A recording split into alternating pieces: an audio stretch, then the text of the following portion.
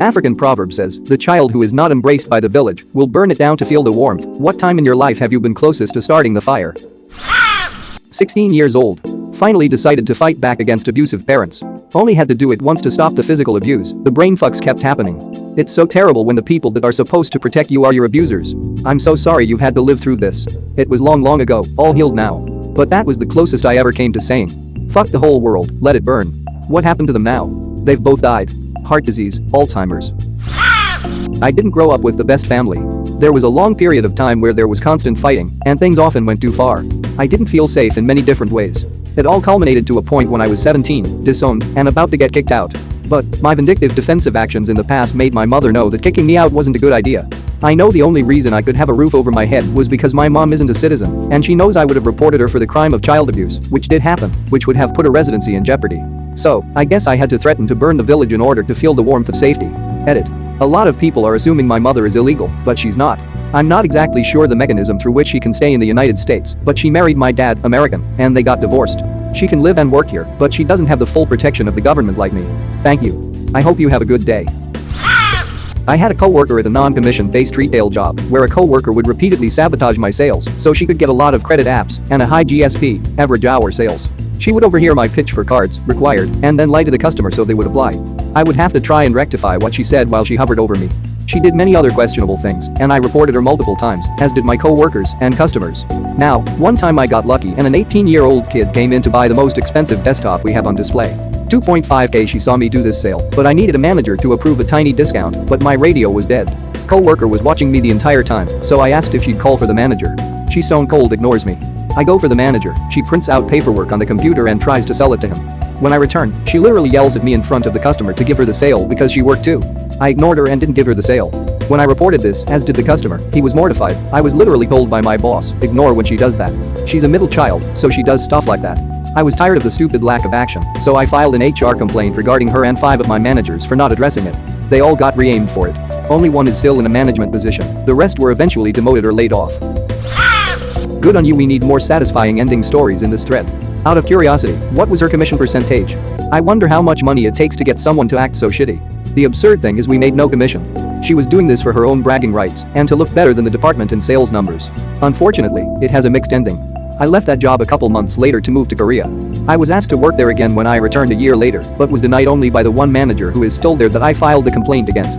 Playing the long con of racking up a stable record of initiatives so she can take days off, receive praise and earn potential raises that pay out decently enough, or Christmas bonuses and such.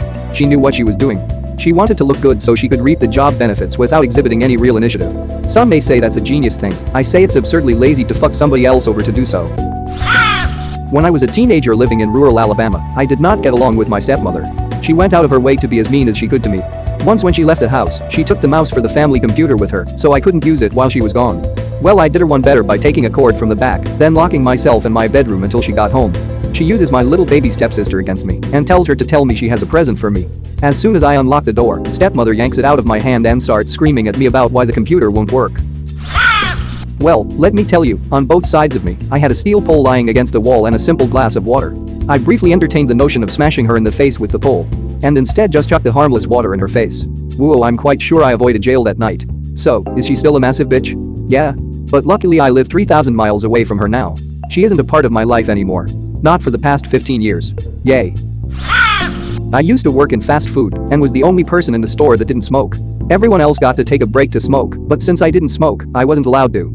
Eventually, I spoke to the owner about it and was rebuffed, so I went over their heads to the company board. Owner got his ass chewed out for rebuffing me, and I wound up getting a huge bonus my next paycheck, but when they discovered I reported them, I got fired immediately. Turns out they'd been violating company policy in food prep and storage, so I filed another report to corporate. Store got shut down for months, and my former boss got fined 6 figures. When I managed a pizza place 20 years ago, I used to give non-smokers a Coke break to go drink a soda. It never seemed fair to me that the smokers would go fuck off for 10 to 20 minutes while everyone else worked. Plus, they always wanted to go smoke as soon as rush was over and it was time to clean. That's exactly what they did. And I had everything cleaned, restocked, and ready to go before they got back. Wife was a senior staff for a local science fiction convention. Not only was she an unpaid volunteer, she had to take a vacation day off work and pay for her hotel room and parking. On the morning that the convention started, she was setting up the first of the 3 rooms she was responsible for: manual labor, moving tables, setting up shelves and loading them with stuff, and somebody came in, took her ID badge off her desk, and brought it to the convention's lost and found. Convention LF lady told wife that lost badges have a $5 fee to get them back. Wife looked at the badge, looked at her, and said, "Keep it. I'm going home. Have a nice convention." Wife was about 25 feet down the hall when LF lady caught up to her and returned her badge. Wow. It was like they were trying to burn down their own village at that point. More like setting a nuke on their own village. The lady is working for free, and you have the nerve to make her pay you some made-up fee. After stealing the badge. Don't leave us hanging. Did she keep walking or stay for the convention? Does she volunteer for them anymore? Sorry. Yes, she stayed, and yes, she's still there every year. Thanks for the update. Well, they are lucky to have her, and for one night she gets a big old bed all to herself. TBH, this irritates me. The assholes running the show still get to do it and exploit her passion for the event. Either take charge or leave IMO. My dad didn't seem to take any interest in my life since I was 4. Then when my mom left him and I told him I was going to leave, he then proceeded to do everything to get me to live with him, buying me stuff, telling me mom isn't a fit parent, trying to get custody in court. I decided to live with him because I was too scared to start a new school midway through the year. He then dates this woman who was pretty much the catalyst in destroying their marriage and gets mad at me when I don't treat her like a mother. Mom is now trying to get custody, and I would burn his house to the ground if it meant she would win. Just go and live with her. Refuse to go back. Your dad will have to go through the system to get you back.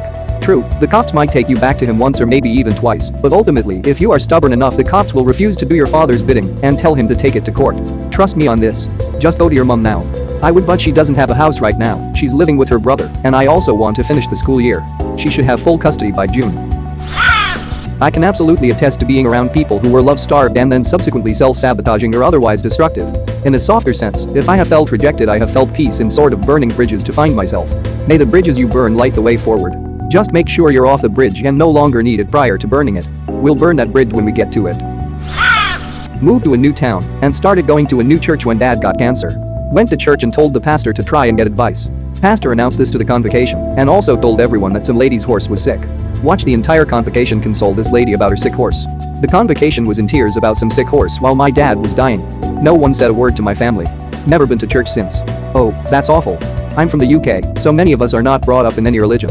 But my friend was starting to go to our local church, and she just received news that her boss's new baby, a few days old, had unexpectedly died.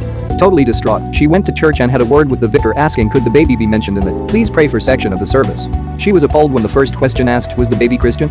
As if any other baby would not be worth mentioning in the service. When a clearly upset parishioner needed the support of the church at that time, she never went again. Whenever I'm in a meeting and my suggestions are getting consistently ignored and I'm getting interrupted and talked over, I get the weirdest urge to prove I still exist by jumping on the table and busting out the Queen of the Night aria. Edit. There's a lot of good advice in the replies. I will say that in about 60% of my meetings this is never an issue, and in the other 40% it's an issue because of a few specific co-workers who resort to just yelling if confronted politely. Their managers have been made aware of this. Bring an air horn. Then just continue talking as if nothing interrupted you. I cannot guarantee the success of this strategy. I've personally tested that in conversations, and it's mostly pissed everyone off, which is both funny and hypocritical. Oh man, middle school for me. I was heavy bullied at school, mentally and physically. I wasn't getting any support at home or felt like I was not in a good place then. I had so many negative thoughts of hurting others and myself. Thankfully I never had a gun or I would have become one of those school shooters. That's how bad and deep in depression I was in. I did end up in a psych ward and man, those places are terrible. I didn't get any help but only learned to bottle my shit up more. Do you think you'll recover and be happy? Well, I'm not sure. I'm seeing a therapist now and it's nice getting some things out and have some sort of support. I'm also trying new things to help my mental health, but if I'm to be honest, just about every other day I wish I was never born and wish I just die in my sleep. When I had been bullied constantly in 7th grade by 3 different groups of kids, and the school showed so little interest in helping me. I was physically bullied, verbally mocked, humiliated in front of the other kids, and not an eye was batted. When I finally took my mom's advice to make a scene the next time someone started throwing things at me, I did it. We were outside that day for PE, and while we were all sitting in lines at the start of class, a kid in the line next to me started throwing pebbles at me. I ignored it for a moment, then when he kept going I yelled at him to stop. I didn't care that people were staring, I wanted them to. I wanted them to see that this average height, able-bodied boy was throwing things at me, a very small and disabled girl. The teacher came over and asked what happened. Kid told him they were only pebbles, he wasn't hurting me. The teacher agreed with him and told me if I ever disrupted his class like that again I was getting detention. I don't know what it is about some teachers, but the second they get put in charge of more than one child, they become absolutely blind to any kind of bullying, and if it gets pointed out to them, they think that particular incident exists in a vacuum and couldn't possibly be a sign of anything worse. I was 11 years old and suicidal because I felt so incredibly powerless. That teacher only solidified that feeling. And that is why I tried to take a bat to school. To bust some kneecaps. Thankfully my mom caught me and realized how bad it was and got me out.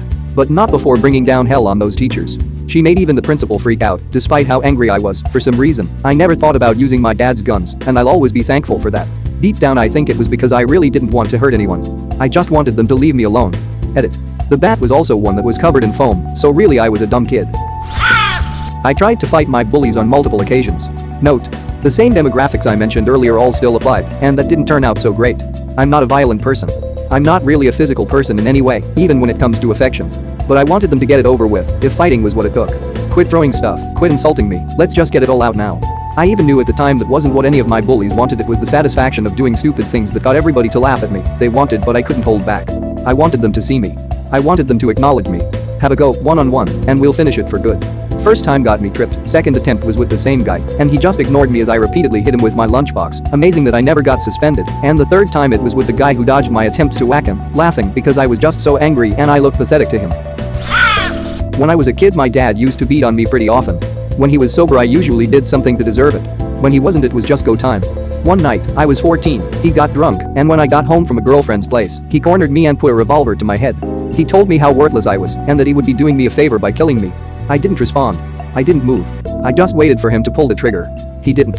He left my room and left the revolver on my dresser as he walked out. I took the revolver and went out. I walked around my hometown, sat by the river and thought about all the ways I could get back at him for all the misery he caused my mother, sister, and I also considered doing the all Kurt Cobain, but that's not relevant.